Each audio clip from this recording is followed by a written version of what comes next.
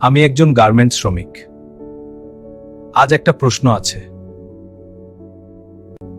নির্বাচনের সময় ছুটি নিয়ে অনেক কথা শোনা যায়। সরকারি অফিসে সাধারণত ছুটি একটু বেশি হয়।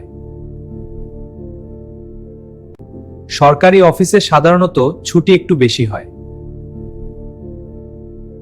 কিন্তু আমাদের কারখানায় ছুটি কয়দিন হয় স্যার? কিন্তু আমাদের কারখানায় ছুটি কয়দিন হয় স্যার? কারখানায় ছুটি মানে কাজ বন্ধ, আয়ও কমে। ছুটি হলে আমাদের সংসারে চাপ পড়ে। ভাড়া, বাজার, বাচ্চার পড়াশোনা সব চলতেই থাকে।